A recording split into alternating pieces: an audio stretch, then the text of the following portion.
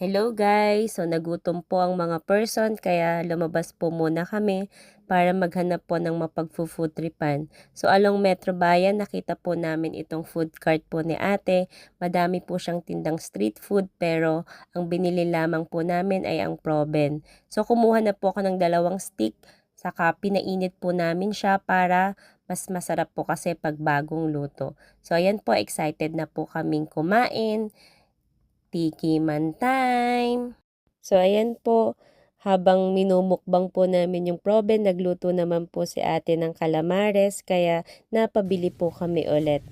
So ito pong calamares na to ay masarap po siya at sakto lamang po yung pagkakaluto dahil hindi po siya makunat. Samahan mo pa po yan ng pepino, talagang ang sarap. So, iyan po, may pasunod pa po yan na gulaman. Unlimited gulaman nga po pala ito, no? So, joke lang po yun. 10 pesos po yan. Ito pa po yung aking mga kasama.